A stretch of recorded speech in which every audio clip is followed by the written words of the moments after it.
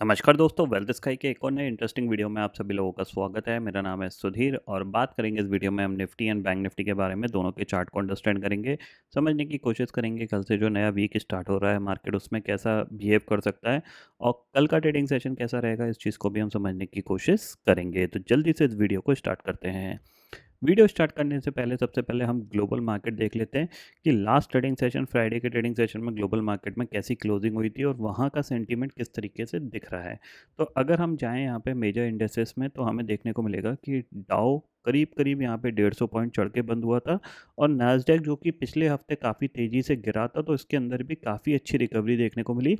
करीब करीब 300 पॉइंट ये भी चढ़ के बंद हुआ, 2% यहाँ पे चढ़ के बंद हुआ है। और वहीं अगर हम S&P 500 की बात करें तो ये भी 1% यहाँ पे चढ़ के बंद हुआ है। इसका मतलब क्या है कि कल हमें एक गैप अप ओपनिंग देखने को मिल सकती है। ठीक है, इस पर जो सिनेरियो क्लोज हुआ फ्राइडे का उसके बेसिस पे। ठीक है, अगर हम अब चलें अपनी एनालिसिस को देखें तो सबसे पहले अगर हम देखें यहाँ पे इस पर्टिकुलर सीरीज में जो ऑप्शन चेन डाटा जो बता रहा है वो क्या बता रहा है कि जो हमारा 22,500 है वहाँ पे करीब 60 लाख का ओपन इंटरेस्ट खड़ा हुआ है कॉल साइड पे और पुट साइड पे कितना है 40 लाख का ओपन इंटरेस्ट। इसके ऊपर चलते हैं तो 22,600 54 लाख का ओपन इंटरेस्ट है और 22,600 की पुट पे 17 लाख का ओपन इंटरेस्ट है। अगर हम देखें कॉल साइड के अगर हम हाईएस्ट ओपन इंटरेस्ट की बात करें तो वो 22,500 ही है। इसका मतलब क्या है, जब हम 22,500 के नीचे कामकाज कर रहे हैं तो थोड़ा सा वीक होंगे और 22,500 के ऊपर कामकाज कर रहे हैं तो हम यहाँ पे कह सकते हैं कंसोलिडेशन टू पॉजिटिव यहाँ पे बिहेव करेंगे। ये चीज़ आपको ध्यान में रखनी है। ठीक है, चार्ट पे चलते हैं, चार्ट को देखते हैं तो देखो सिंपल सी चीज़ है, जो एनालिसिस पिछले कुछ दिन से करता आ रहा हूँ वही एनालिसिस पे कंटिन्यू रहेगा। आप यहाँ से ये एक अपनी ट्रेंड लाइन को यहाँ पे मार्क कर लीजिए। ठीक है, इस तरीके से ये मार्क करके रखिए इसको, क्योंकि ये इंपॉर्टेंट ट्रेंड लाइन है, क्योंकि मार्केट ने इसको होल्ड किया है।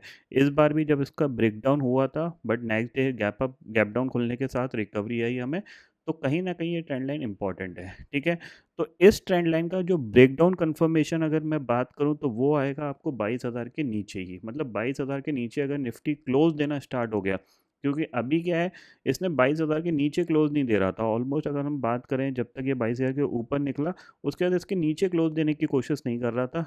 तो कहीं ना कहीं ये 22,000 के नीचे की क्लोजिंग काफ़ी ज़्यादा इंपॉर्टेंट रहेगी।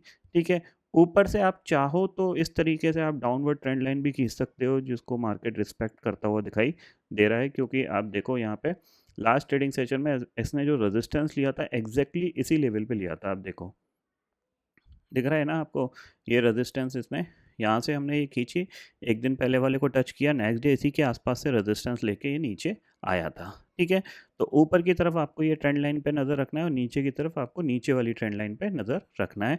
तो धीरे धीरे हो सकता है कि ये अभी आपको थोड़ा सा और इसी रेंज के अंदर कामकाज करता हुआ दिखाई दे। यानी अगर मैं बोलूँ कि अभी चांसेस वेरी हाई कि 22,250 से लेके 22,500 या 600 के बीच में निफ्टी ज़्यादा दिन मतलब एक हफ्ता और गुजार सकता है। अगर मैं बात करूँ यहाँ पे, क्योंकि जब तक एक हफ्ते में ये इसके क्लोज आ जाएगा, यानी 8-9 तारीख में इसके क्लोज आ जाएगा, उसके बाद ये ब्रेकआउट या ब्रेकडाउन आपको देखने को मिल सकता है। यानी आपको मेन चीज़ है, आपको 8-9 तारीख के बाद एक बड़ा एक्शन होता हुआ दिखाई दे सकता है मार्केट में। इससे पहले भी हो गया तो अलग बात है, बट जो चार्ट पे दिख रहा है मैं उसके हिसाब से यहाँ पे बात कर रहा हूँ। और मैं नॉर्मली नेगेटिव साइड पे एक्शन होने का ज़्यादा इंतज़ार करता हूँ, क्योंकि वहाँ पे कुछ एडवांटेज होते हैं, वो एडवांटेज ईजिली मिल जाते हैं जिसकी वजह से प्रॉफिटेबिलिटी बढ़ जाती है। ठीक है, बाइंग साइड पे मैं ज़्यादा इंटरेस्टेड हूँ नहीं, क्योंकि इलेक्शन मंथ है तो जाहिर सी बात है ऊपर मार्केट अगर जाएगा भी तो इलेक्शन के आउटकम के बाद ही जाएगा। पहले जाएगा इसके चांसेस थोड़े से कम है।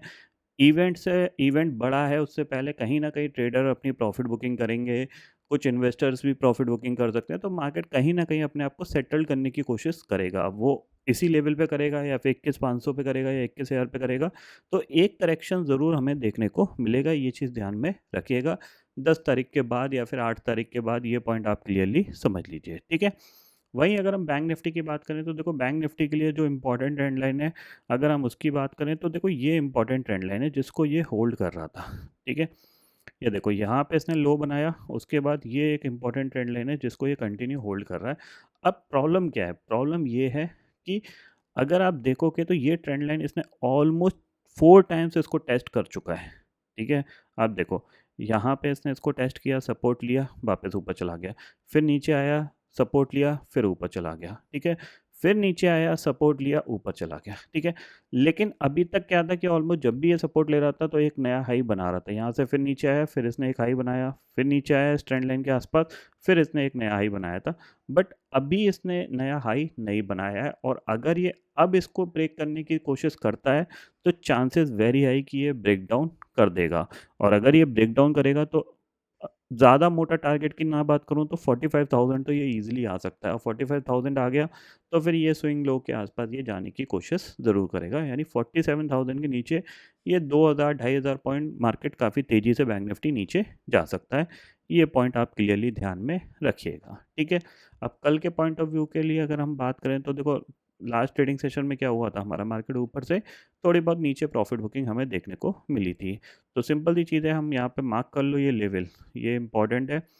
इसके नीचे ट्रेड करेगा, ठीक है, तो ये थोड़ा-सा वीकनेस और दिखा सकता है। कहाँ तक आ सकता है? अराउंड 47,930, या फिर आप एक्सपेक्ट कर सकते हो अराउंड 47,850 तक, यानी इस टारगेट तक आ सकता है। और अगर ये इसके नीचे नहीं जाता है, यहीं पे ट्रेड करता रहता है, तो फिर ये दोबारा से घूम फिर के अराउंड इस लेवल तक जाने की कोशिश कर सकता है, 48,500 तक, ठीक है ना? यहाँ तक ये जाने की कोशिश कर सकता है। तो बैंक निफ्टी के लिए क्लियर है कि ये जो पर्टिकुलर एरिया होने वाला है, ये इसके लिए कंसोलिडेशन वाला होने वाला है, ठीक है ना? ये जो एरिया है, ये इसके लिए कंसोलिडेशन है। कंसोलिडेशन का ब्रेकडाउन होगा, तो फिर ये टारगेट देखने को मिलेगा। कंसोलिडेशन का ब्रेकआउट होगा, तो फिर 49,000 हमें देखने को मिलेगा। इसके बीच में आपको अपना हाथ थोड़ा-सा रोक के रखना है, क्योंकि इसके बीच में क्या होगा, इसके बीच में होगा साइडवेज़, और साइडवेज़ होगा, तो फिर आपको कुछ ज़्यादा प्रॉफ़िट नहीं मिलने वाला। ये चीज़ ध्यान में ज़रूर रखिएगा, ठीक है। ग्लोबल मार्केट की बात मैं ऑलरेडी कर चुका हूँ, तो आज के एनालिसिस में इतना ही है। तो आई होप दोस्तों ये पर्टिकुलर डाटा आपको समझ में आ गया होगा। दोस्तों फिलहाल इस वीडियो में इतना ही है। आई होप ये वीडियो आपको पसंद आएगा। वीडियो पसंद आता है तो लाइक और शेयर ज़रूर करिएगा, और चैनल को जो सब्सक्राइब कर लीजिए, क्योंकि मैं सुधीर लेके आता रहूँगा हर दिन आपके लिए नए नए वीडियो। इसी के साथ शुक्रिया दोस्तों, जय हिंद।